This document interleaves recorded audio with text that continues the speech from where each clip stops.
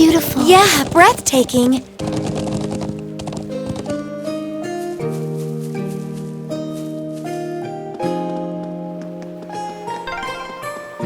Man, I'd love to get in a little fishing here. Well, no one's stopping you.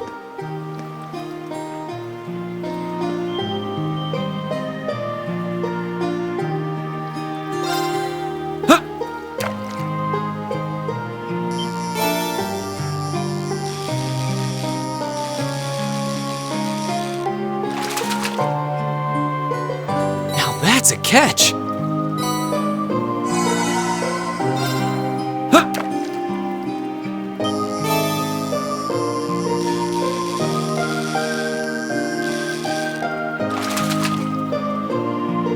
Caught one!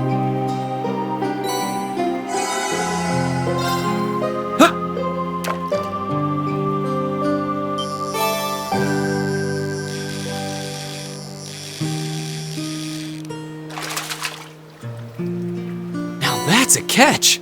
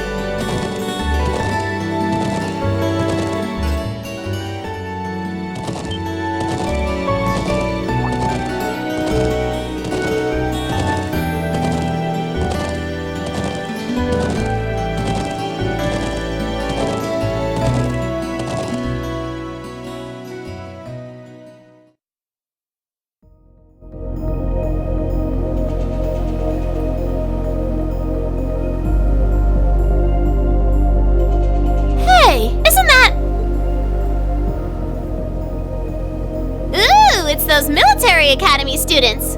I wonder what they're doing all the way out here. Oh well. Looks like things are gonna start getting interesting.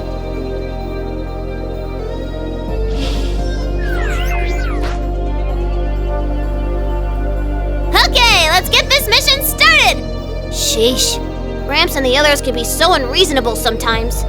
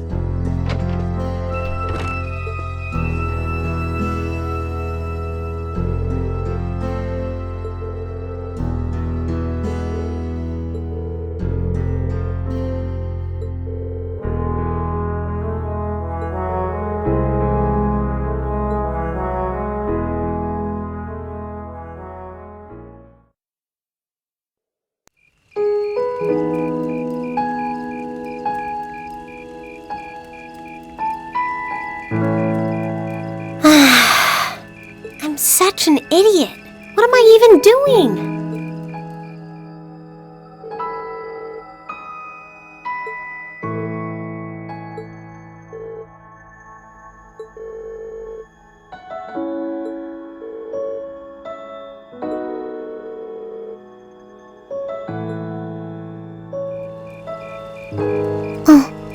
Elisa? Oh, Rain. Well, what are you doing out here? Did you eat too much? My mouth says no, but my stomach's thinking yes. You doing okay? You seem a bit unsteady there. Nothing like that. I'm just feeling a little out of it. I'm just going to stay out here for a while and get some fresh air. Then I'll be Whoa! Sorry about... See? What did I tell you? We've been riding all day. I'm not surprised you're feeling tired. Riding a horse really takes it out of you. I guess you're right. Why didn't that occur to me before?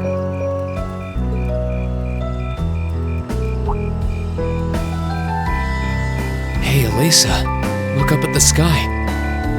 Huh?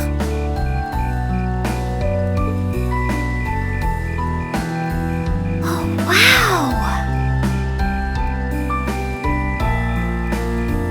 You know, I didn't even notice it last night because we turned in so early. But now that we know, it If you're out here to get some air, better to take in the starlight than look at the ground, right? You're right.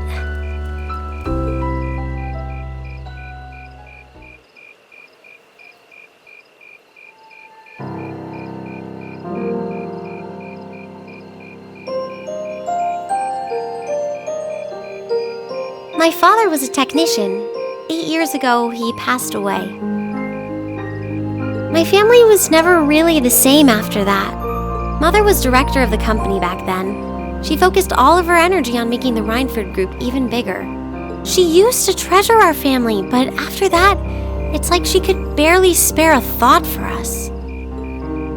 Oh. She did seem like a talented businesswoman when we met her. Well, more than talented to run the Rhineford Group. What you saw in Ruhr Station was just a watered-down version of her normal intensity. We'd be able to have dinner together maybe once every 3 months, and that's being generous. But at least I wasn't alone. Grandfather and Sharon were always there for me. That's how it was, huh? I guess you've known Sharon for a long time then. Yeah, my mother hired her about 7 years ago. Being a Rhineford and all, I never had many people I could really call friends when I was young. The nobles looked down on me, of course, but the common people treated me like I was different from them, too.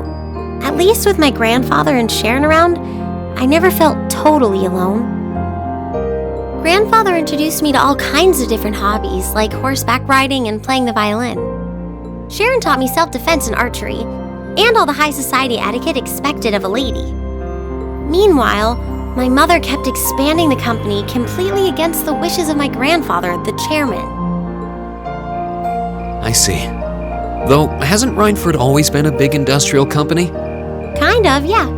Even back then, they took on projects in all fields, from steel mills to railway construction to guns and tanks. It's not surprising there are people out there who like to call the company a merchant of death. I can't say I completely agree with that side of the company, but I've never felt embarrassed or ashamed about it.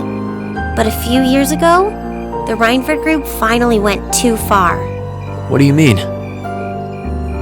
Those 2 railway guns set up in Gorelia Fortress on the eastern edge of the Empire? You know about those, right? Yeah, I've heard of them. They're supposed to have the longest range of any orbital cannon in the world. I've only seen their spec sheets, but the destruction they're capable of is terrifying. Erebonia's still fighting with Calvert over Crossbell, and those guns are capable of targeting any point in Crossbell State. In just a couple hours, they could wipe Crossbell City and its 500,000 citizens off the map. No way. That's way beyond being a weapon of war. More like an instrument of massacre. I couldn't agree more. And neither could my grandfather, who supervised their construction. Even though my mother was the one who signed off on the project, my grandfather regretted it like the decision was his. As he was hesitating over whether to hand them over to the Imperial Army, my mother betrayed him. What? She went behind his back and secured the support of all of Rhineford's major shareholders. Everyone from Ruhr's ruling lord Marquis Ragnar to the top brass of the Imperial Army was on her side. In the face of such overwhelming pressure from all sides, my grandfather was forced to capitulate. He stepped down as chairman, and my mother wasted no time taking his place. That's when my grandfather decided to leave the company entirely. And me. I thought I'd at least have Sharon on my side, but she just did whatever my mother told her to do. It's been 5 years since then already. Oh. I think I get it now. Why she gets under your skin, I mean. It's not so much what your mother did, but how it ended up tearing your family apart. Yeah. I couldn't believe my mother would betray her own father. I couldn't believe grandfather would take it without fighting back. I couldn't believe Sharon, who'd always supported me, watched it all happen without a word of protest. It really drove it home to me, how big the Rhineford Group was now, and how I hated realizing it had become so large that corporate interests were stronger than family ties. Looking back, I guess that's when I decided I'd leave home and enroll in the academy.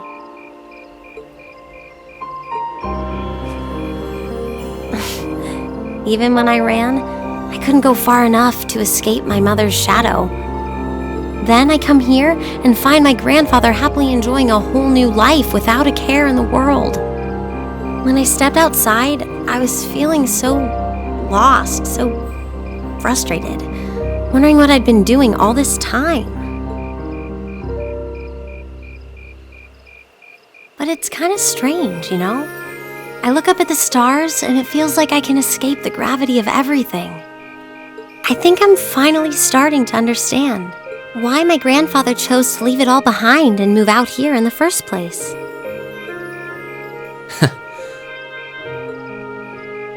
You really are strong, Elisa. Stronger than you realize. You were finally ready to talk about it. About your family and the company and everything. So, maybe you found what you were looking for to move past that, right? Maybe you're right. But I don't think I would have been able to if I hadn't enrolled at the academy.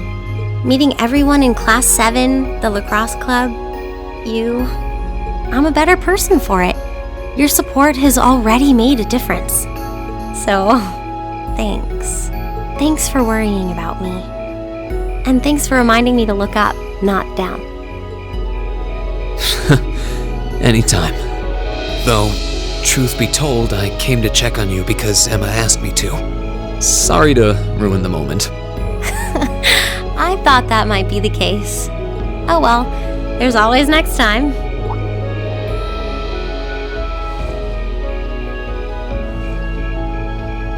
It's kind of strange to hear you tell me I'm strong, because I could say the same thing about you.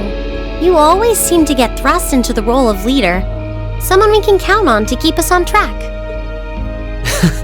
I guess running errands on all my free days is really helping me buckle down. Still, I feel like I've got a long way to go, especially when I keep running from myself. Huh?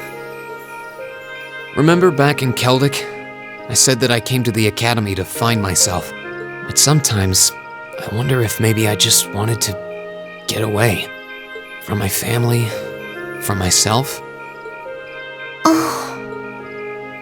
Do you not get along well with your family? Oh, I do. I'm not their real son, but my parents always loved me like I was. My sister and I, we've had our differences, especially lately, but we still get along pretty well. No, the problem's just with me. Rain. Still, I suppose the fact you were finally ready to talk about it means that maybe you found what you were looking for to move past that, right? Who'd have thought I'd have the chance to feed you your own good advice so soon? I can't believe you can just say things like that with a straight face. Maybe being on the receiving end every now and then will do you some good. Alright, you got me. I admit defeat. But yeah, I guess I'm starting to figure things out. In my own way. Maybe enrolling at Thoris was the first thing I'd done right in a long time. I ended up in Class 7. And now, all of us are out here like this, spending time together.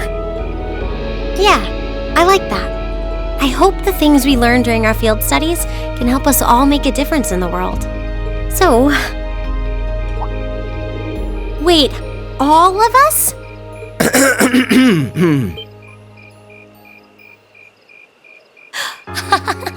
You two were gone so long that we started to get a little worried. No way! How long have you been listening? Still, I suppose the fact that you were finally ready to talk about it means that maybe you found what you were looking for to move past that, right? Stop! Green, he was the one who said it first. I was just repeating it back to him. Oh, Lisa, there's nothing to be embarrassed about. Honestly, you touched my heart. I apologize for eavesdropping on you, but at the same time, I'm kind of glad I did. How did I end up in the middle of this anyway? Fine, if that's how you want to play it, none of you are getting any sleep until you've shared all your most embarrassing secrets. What? I don't... You wish. Seems like you did well. Honestly, I feel like she helped me more than I helped her. Hey.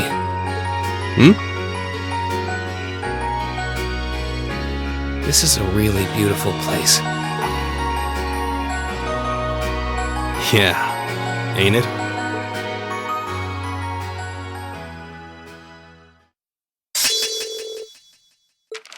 Ooh, you're moving up in the world.